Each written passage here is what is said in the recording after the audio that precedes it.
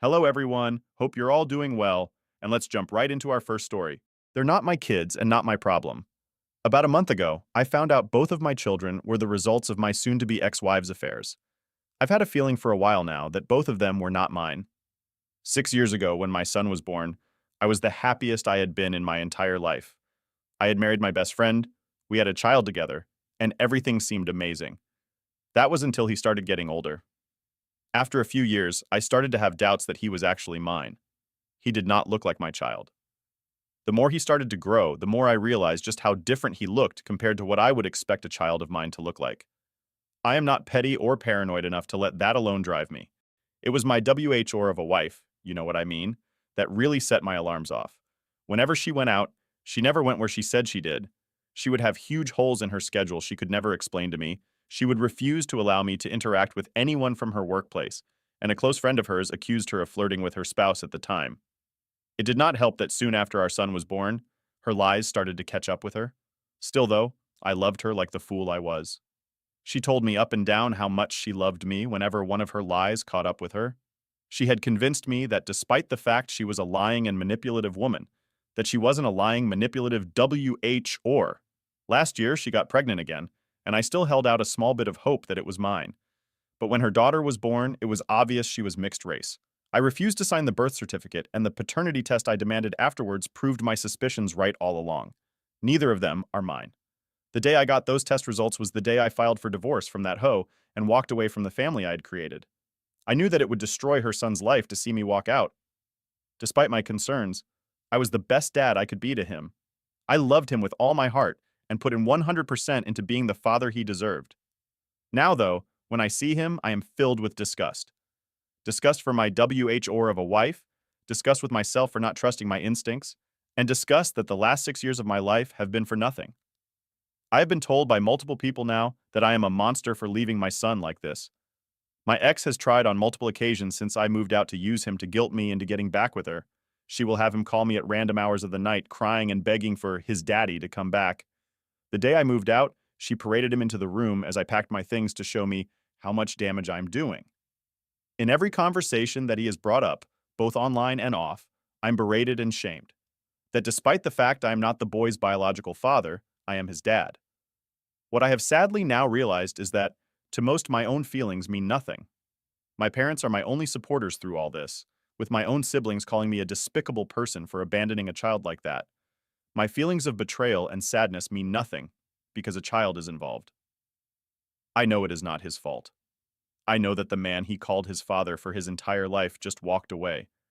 But why am I expected to man up? Why should I have to pretend everything is fine and I do not feel contempt for this entire situation? Why should I put my own life and feelings aside? I never was the boy's father. I loved him like one and honestly still do. But I would come to hate and contempt him if I had to play that role.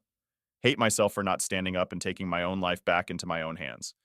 He is not my child, and even though it is not his fault, he is not my problem anymore. And now the edit. This post certainly blew up. Guess airing my dirty laundry accomplished something. Anyway, I've seen a few common questions, so I'll just answer them here. 1. Her son knows the truth of why I left. I sat down and told him that I am not his father, and that his mother lied to me and cheated on me. I made it clear I am not mad at him, that it is not his fault this is happening, and no matter what I will still think he's an amazing kid. 2. Some are saying that I never loved him or was always looking for a way out. It's hard to convey emotions in a text post like this, and even harder to allow vitriolic hatred towards your ex-wife to decontextualize the last 6 years of your life. You can believe what you want, though. 3. I have a lawyer, and I'm not going to be paying child support or alimony. Last, though, for those who say I should stay in her son's life and be his father. That's not realistically possible. I do not hate him, but I have been cheated on, lied to, and used by a vile, self-centered woman who has now caught her children up in her lies and deceit. He is a casualty of her actions, and blameless. However, it can never change the fact of the harsh reality we find ourselves in. I don't hate him. I feel so sad when I think about how he feels. But all I see when I look at him is 6 years of my life I was lied to. For 6 years of my life I was used. And 6 long years of built-up doubts and frustrations with a woman who used me. There is no putting aside my hatred to try and be in his life, because the life I lived with him was nothing more than a facade cultivated by his mother. This is the harsh reality I find myself dealing with, and I simply cannot in good faith put myself or him through it anymore. And next edit. This is going to be my last edit. First, I want to thank everyone for their kind words to me. You have given me a bright day for the first time in a while. Secondly, I have noticed many people criticizing the word I used very profusely to describe my soon-to-be ex. I want to just say, the place I am now in is one of the darkest I have been in my life. I see nothing but white-hot rage for the woman who ruined my life. Is what I said inappropriate? Is the word I used to describe her dehumanizing and vile? Yes, I will admit that, but I won't apologize for it. What I wrote here today was the truth of the world as it is for me right now. I do not intend to try and get people to hate women or to push some misogynistic message about how women are terrible. That is not my goal here, and that is not the message of this post. Again, to everyone who showed me love and support, thank you from the bottom of my flawed heart. To those who came here disagreeing with me but showed me respect, thank you as well. So long, and thanks for all the fish. I don't blame OP one bit. I can't understand why force someone to raise a child that isn't theirs, then shame them if they refuse. They've already been hurt enough thinking they've wasted all those years, and staying in the child's life would always be a constant reminder of that pain. And now to the second story. My ex-wife contacted me out of the blue to tell me the man she cheated with and left me for mistreats her. I told her I don't give a damn, and now people are shaming me on my social media. I'm 31 and my ex-wife Claire is 35. We were married 10 years ago, right when I turned 21 and graduated college. We were married for 5 years. During my whole marriage, I thought we were happy. I certainly was anyway. I worked in the IT field and still do. We never got into fights during our marriage, and our love life seemed to be satisfying. A couple of months before I finally caught her with her affair partner, she turned cold to me. Whereas before she had loved to initiate sex and loved having it with me, suddenly we tapered off. Every day turned into once a week, then for the last 2 weeks before I outed her, none at all. I caught her because she had left her phone out and it was still open to a naked selfie that she had sent to a number I didn't know. Although I was crushed, I kept my head on and took photos of her phone with my phone. I saw her message stream with her boyfriend, some guy from the gym that I was paying her bill for. I didn't confront her. The text told me all I needed to know. They had been screwing while I was at work, in my bed. I just kept quiet. Then the following Saturday, when I knew she would be at her supposed double yoga class, and that's why I'll be gone 3 hours, I loaded my stuff into my car and left. I had talked to a divorce attorney and I would be fine. I was 25 and didn't have serious money. Her father had passed away and left her like 200 grand, so she was rolling in dough. I had no claim on that money, nor should I have had one. We had no kids, although she had always claimed we would start having kids when she turned 30. That birthday came and went, but rather than start having kids with me, she decided to just spread her legs for someone else. Although I was the sole income earner, she was in possession of a vast amount of money, by my standards, and also had a college degree and was a school teacher for 2 years before we got married. The divorce papers were left on the kitchen table. She, of course, blew up my phone later with all kinds of apologies and begging and pleading, but I ignored her. A lot of her friends tried to call me and left nasty messages about how I was a coward and never loved her, otherwise how could I ghost her? I ignored all of them. The only person I called was the guy's wife, who promptly dumped him. But I guess it worked out for my ex because she and her boyfriend got married just a few months after the divorce finalized. The only time I ever saw her again was in front of the judge to end our divorce case, where I had to pay 0 alimony and it was a clean break. She never looked at me once but kept her head down. She brought her boyfriend from the gym, and he was flexing, trying to look hard like he was going to fight me. I just shook my head at him and thought he gets what he pays for. I've been on dates since then and have had sex a few times since then, but have never been in a long-term relationship since. This was my own choice. In a lot of ways, I'm not over my relationship with her. I don't love her anymore, but I'm turned off from loving anyone now. I reconnected with some of my friends I had neglected during my marriage, since my wife disapproved of me being friends with anyone. Facebook used to be an app I used, but pretty much anyone I care about, I already see and converse with face-to-face or on the phone, so I never use it anymore. Apparently, Claire had spun a narrative that I was mentally abusive, and that's why she had no choice but to leave me for a fair partner. My parents didn't buy it, and my close associates didn't buy it either. But she tried selling that crap to my boss to get me fired, I guess as revenge against me ruining her boyfriend's marriage.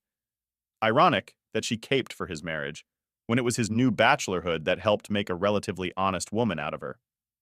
I just showed my boss the text where my ex begged for mercy and forgiveness and admitted she was having an affair, and that I was a good husband, etc. He just told me he was sorry and gave me 2 weeks paid off to rest. Fast forward 6 years. I'm still single and just working in my same field and at the same company, but making more money now, and I am doing pretty well for myself.